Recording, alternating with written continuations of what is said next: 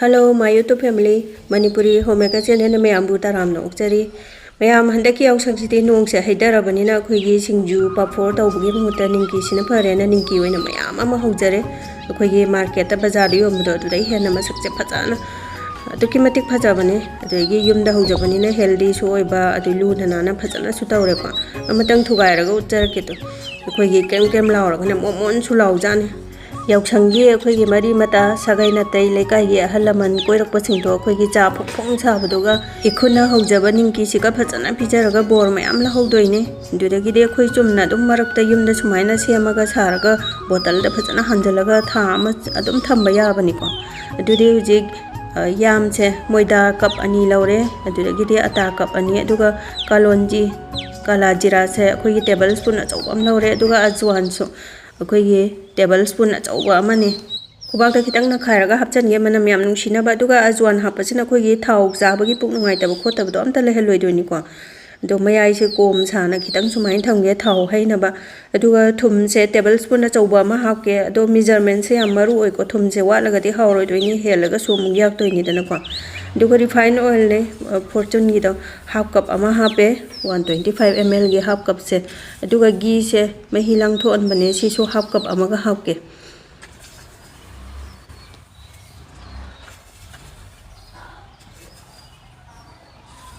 हापकदव मचल सिंसे लोइना हापचनबा लोयरगा फजना उंतंग मिक्स तौथोगे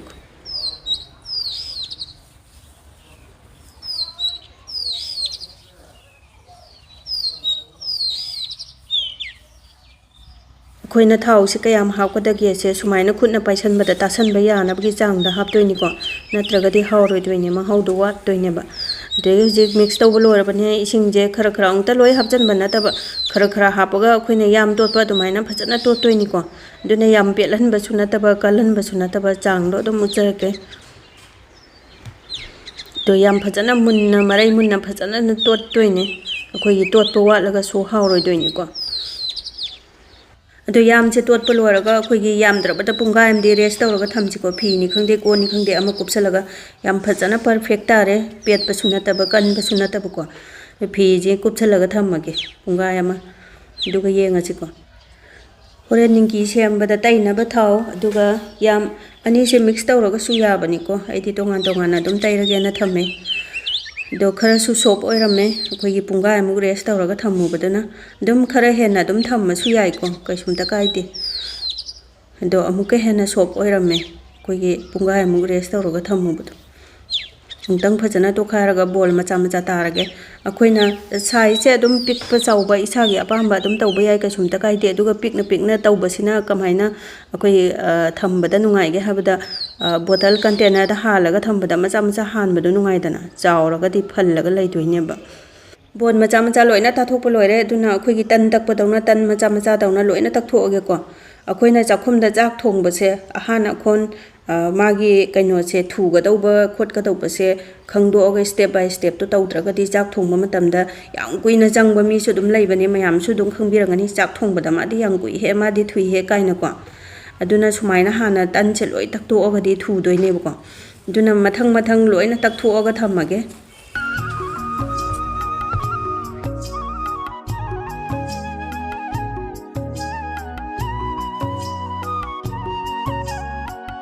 तन तकबजे लोइसले अदुना हुजि gas on तौरगा खांग थंगलगेको दुगा थाव से सानलिङैदा मु निंकीगी थुप्पगा सेमबदो सेमजेबा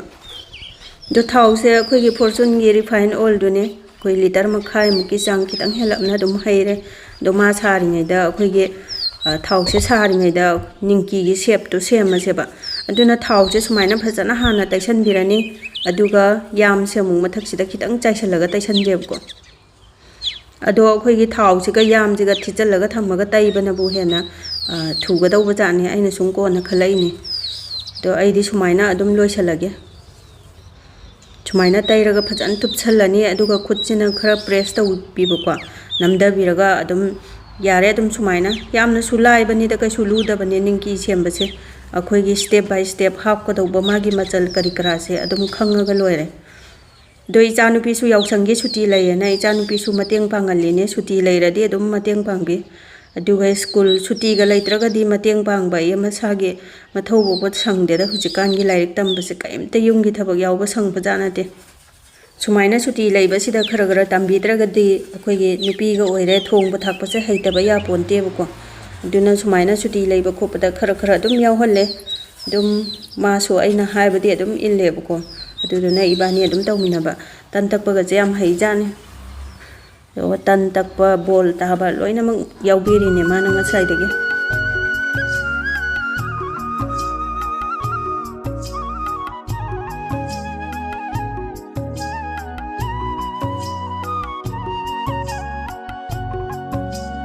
ꯅꯤꯡꯀꯤꯒꯤ ꯁꯦꯞ ꯁꯦꯝꯕꯁꯨ ꯂꯣꯏꯁꯜꯂꯛꯑꯦ ꯑꯗꯨꯗꯒꯤꯗꯤ ꯊꯥꯎꯁꯨ ꯐꯖꯅ ꯃꯨꯜꯂꯦ ꯑꯗꯨꯝ ꯐꯖꯅ ꯁꯥꯔꯦꯕꯀꯣ ꯂꯣꯏꯔꯦ ꯁꯨꯃꯥꯏꯅ ꯂꯣꯏ ꯁꯦꯝꯗꯣꯛꯑꯦ ꯑꯗꯨꯅ ꯃꯊꯪ ꯊꯥꯎꯁꯤꯗ ꯊꯥꯗꯔꯒꯦꯀꯣ ꯒ꯭ꯌꯥꯁꯁꯦ ꯍꯥꯏ ꯐ꯭ꯂꯦꯝꯗ ꯊꯝꯃꯒ ꯃꯊꯪ ꯆꯟꯒꯗꯕ ꯆꯥꯡꯗ ꯑꯗꯨꯝ ꯊꯥꯗꯔꯒꯦ ꯑꯗꯨꯒ ꯊꯥꯗꯕꯁꯦ ꯂꯣꯏꯔꯒ ꯑꯩꯈꯣꯏꯒꯤ ꯇꯟꯁꯤꯡꯁꯦ ꯏꯪꯉꯤꯗꯅ ꯑꯗꯨꯗꯨꯅ ꯑꯩꯈꯣꯏꯒꯤ ꯊꯥꯎꯒꯤ ꯑꯁꯥꯕꯗꯣ ꯃꯥꯒꯤ ꯍꯤꯠꯇꯣ ꯁꯠ ꯂꯥꯎꯅ ꯍꯟꯊꯈꯤꯗꯣꯏꯅꯦꯕ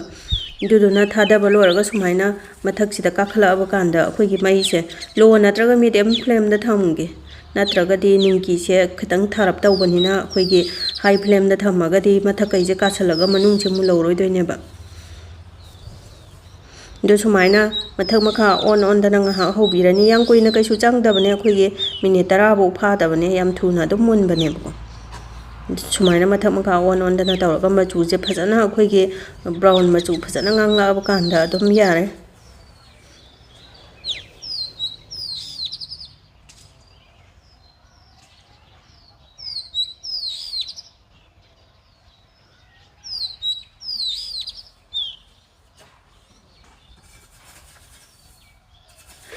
ꯃꯆꯨꯁꯦ ꯌꯥꯝ ꯐꯖꯔꯦꯀꯣ ꯃꯨꯟꯁꯨ ꯐꯖꯅ ꯃꯨꯜꯂꯦ ꯑꯗꯨꯅ ꯂꯧꯈꯠꯂꯒꯦ ꯁꯨꯃꯥꯏꯅ ꯆꯂꯣꯅꯤ ꯑꯃꯗ ꯇꯧꯕꯁꯤꯅ ꯊꯥꯎ ꯃꯆꯨꯝꯁꯦ ꯂꯣꯏꯅ ꯆꯤꯊꯔꯒ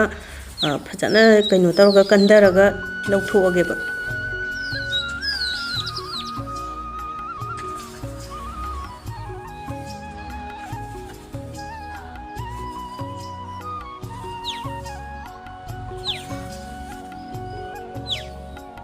ꯃꯊꯪ ꯑꯩꯈꯣꯏꯒꯤ ꯁꯦꯝ ꯄ꯭ꯔꯣꯁꯦꯁꯇ ꯂꯣꯏꯅ ꯇꯧꯊꯣꯛꯑꯒꯦ ꯑꯗꯨꯅ ꯊꯥꯎꯒꯤ ꯀꯩꯅꯣꯁꯤ ꯆꯟꯒꯗꯕꯁꯤ ꯌꯦꯡꯉꯒ ꯈꯤꯇꯪ ꯀꯣꯝꯂꯛꯅ ꯍꯧꯕꯅ ꯑꯗꯨꯝ ꯅꯨꯡꯉꯥꯏꯕꯅꯦ ꯆꯤꯟꯅ ꯍꯧꯕꯕꯨꯗꯤ ꯑꯗꯨ ꯁꯨꯃꯥꯏꯅ ꯀꯣꯝꯂꯛꯅ ꯇꯧꯔꯒ ꯂꯣꯏꯅ ꯃꯊꯪ ꯍꯧꯗꯣꯛꯑꯒꯦꯀꯣ ꯃꯁꯛ ꯈꯨꯐꯖꯁꯦ ꯑꯩꯈꯣꯏꯒꯤ ꯊꯥꯎꯁꯦ ꯌꯥꯝꯃꯒ ꯀꯣꯝꯂꯛꯅ ꯇꯧꯔꯒꯗꯤ ꯃꯁꯛꯁꯦ ꯌꯥꯝ ꯐꯖꯕ ꯖꯥꯠꯅꯤꯗ ꯆꯤꯜꯂꯒꯗꯤ ꯈꯔ ꯐꯖꯕ ꯋꯥꯠꯂꯦꯕꯀꯣ ꯊꯥꯎꯁꯨ ꯌꯥꯝꯗ꯭ꯔꯒꯗꯤ ꯑꯩꯅ ꯆꯥꯛ ꯊꯣꯡꯕ ꯑꯗꯨꯗꯒꯤꯗꯤ ꯑꯩꯈꯣꯏꯒꯤ ꯚꯤꯗꯤꯑꯣ ꯅꯝꯕ ꯑꯆꯥꯄꯣꯠ ꯍꯧꯕꯁꯦ ꯑꯗꯨꯝ ꯅꯨꯡꯗꯥꯡꯒꯤ ꯄꯨꯡ 10-11 ꯇꯥꯕ ꯌꯥꯎꯋꯦ ꯑꯗꯨꯅ ꯑꯍꯤꯡ ꯑꯣꯏꯒꯦꯔꯥ ꯑꯌꯨꯛꯗꯤꯟ ꯑꯣꯏꯒꯦꯔꯥ ꯅꯨꯡꯇꯤꯒꯤ ꯁꯪꯉꯤꯅꯦ ꯃꯥꯅꯗꯣ ꯃꯨꯊꯤ ꯃꯁꯛꯁꯦ ꯃꯨꯁꯨꯛ ꯃꯨꯔꯒꯅꯦ ꯅꯨꯡꯁꯤꯃꯟꯗꯅ ꯃꯨꯊꯤ ꯀꯧꯔꯤꯅꯦ ꯃꯥꯏ ꯃꯃꯤꯡꯁꯦ ꯌꯥꯝ ꯅꯨꯡꯁꯤꯕꯅꯦ ꯀꯧꯕꯗꯒ ꯌꯦꯡꯈꯠꯂꯛꯑꯦ ꯃꯥꯏ ꯃꯃꯤꯡꯁꯦ ꯈꯪꯗꯅ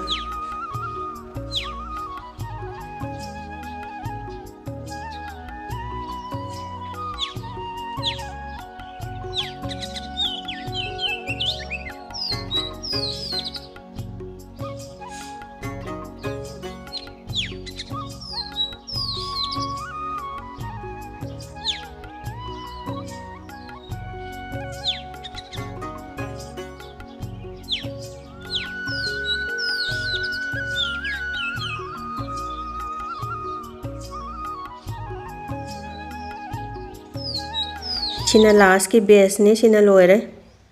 ꯄꯨꯡ ꯑꯃꯃꯨꯛ ꯆꯪꯉꯤ ꯃꯌꯥꯝ ꯑꯗꯣ ꯋꯥꯕꯗꯤ ꯐꯖꯅ ꯋꯥꯕ ꯖꯥꯠꯅꯦ ꯑꯗꯨ ꯑꯣꯏꯔꯒꯁꯨ ꯑꯩꯗꯤ ꯊꯣꯡꯕ ꯊꯥꯛꯄꯁꯦ ꯄꯥꯝꯖꯕꯅꯤꯅ ꯑꯩꯈꯣꯏꯒꯤ ꯋꯥꯕꯁꯦ ꯀꯌꯥ ꯐꯥꯎꯗꯦ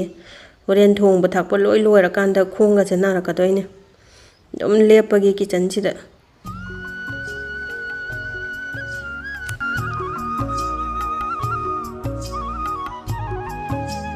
ꯂꯥꯁ ꯕꯦꯁꯅꯦ ꯁꯤꯁꯤꯅ ꯂꯣꯏꯔꯦ ꯍꯧꯖꯤꯛ ꯅꯤꯡꯀꯤ ꯍꯧꯕ ꯐꯖꯅ ꯏꯪꯍꯜꯂꯕ ꯃꯇꯨꯡꯗ ꯑꯩꯈꯣꯏꯒꯤ ꯌꯥꯝ ꯐꯖꯅ ꯀꯪꯅ ꯇꯩꯊꯣꯛꯑꯕ ꯆꯥꯝꯊꯣꯛꯑꯕ ꯕꯣꯇꯜꯁꯤꯡꯗ ꯐꯖꯅ ꯍꯥꯟꯖꯜꯂꯒ ꯊꯝꯃꯒꯦꯀꯣ ꯌꯥꯝꯁꯨ ꯌꯥꯝ ꯌꯥꯝꯃꯦ ꯀꯣꯝꯄꯥꯛ ꯑꯃꯅꯦ ꯈꯨꯌꯥꯝ ꯑꯃ ꯇꯧꯋꯦ ꯑꯗꯣ ꯅꯤꯡꯀꯤꯁꯦ ꯍꯧꯕꯗ ꯄꯨꯡ ꯑꯃꯃꯨꯛ ꯈꯔ ꯍꯦꯟꯅ ꯆꯪꯖꯥꯠꯅꯦ ꯑꯗꯣ ꯃꯊꯪ ꯂꯣꯏꯅ ꯍꯥꯟꯖꯜꯂꯒ ꯊꯝꯃꯒꯦ ꯁꯨꯃꯥꯏꯅ ꯍꯥꯟꯖꯜꯂꯒ ꯊꯝꯕꯁꯦ ꯑꯩꯈꯣꯏꯒꯤ ꯊꯥ ꯑꯃ ꯑꯗꯨꯝ ꯊꯝꯕ ꯌꯥꯕ ꯄꯣꯠꯅꯦ ꯑꯗꯣ ꯊꯥ ꯑꯃꯒ ꯌꯧꯗꯦꯗ ꯅꯨꯃꯤꯠ 10ꯅꯤꯗ ꯂꯣꯏꯈꯤꯗꯣꯏ ꯄꯣꯠꯅꯤ ꯍꯥꯎꯕꯅꯤꯅ ꯑꯉꯥꯡꯁꯨ ꯀꯩꯁꯨ ꯑꯩꯈꯣꯏꯁꯨ ꯑꯗꯨꯝ ꯆꯥ ꯊꯛꯄ ꯈꯣꯠꯄꯗ ꯌꯥꯝ ꯍꯥꯎꯋꯦꯕ ꯑꯩꯈꯣꯏꯒꯤ ꯂꯩꯕꯕꯨꯗꯤ ꯁꯨꯃꯥꯏꯅ ꯌꯨꯝꯗ ꯍꯧꯖꯕꯁꯦ ꯑꯗꯨꯛꯀꯤ ꯃꯇꯤꯛ ꯍꯥꯎꯕꯖꯥꯠꯅꯤ ꯑꯗꯣ ꯑꯩꯒꯤ ꯅꯨꯡꯁꯤꯔꯕ ꯚꯤꯌꯨꯑꯔꯁꯤꯡꯅ ꯚꯤꯗꯤꯑꯣꯁꯦ ꯈꯤꯇꯪ ꯅꯨꯡꯉꯥꯏꯕ ꯀꯥꯟꯅꯕ ꯐꯥꯎꯕꯤꯔꯒꯗꯤ ꯂꯥꯏꯛ ꯑꯃꯃꯝꯇꯪ ꯅꯝꯕꯤꯔꯝꯃꯣ ꯃꯣꯇꯤꯚꯦꯁꯟ ꯄꯤꯕꯤꯕ ꯑꯣꯏꯅ ꯑꯗꯨꯗꯒꯤ ꯁꯕꯁꯀ꯭ꯔꯥꯏꯕ ꯇꯧꯕꯤꯗ꯭ꯔꯤꯕꯁꯤꯡꯅꯁꯨ ꯁꯕꯁꯀ꯭ꯔꯥꯏꯕ ꯇꯧꯁꯟꯕꯤꯔꯝꯃꯣ ꯀꯥꯟꯅꯕ ꯅꯨꯡꯉꯥꯏꯕ ꯚꯤꯗꯤꯑꯣ ꯄꯨꯗꯨꯅ ꯂꯥꯛꯆꯒꯦ ꯕꯥꯏ ꯕꯥꯏ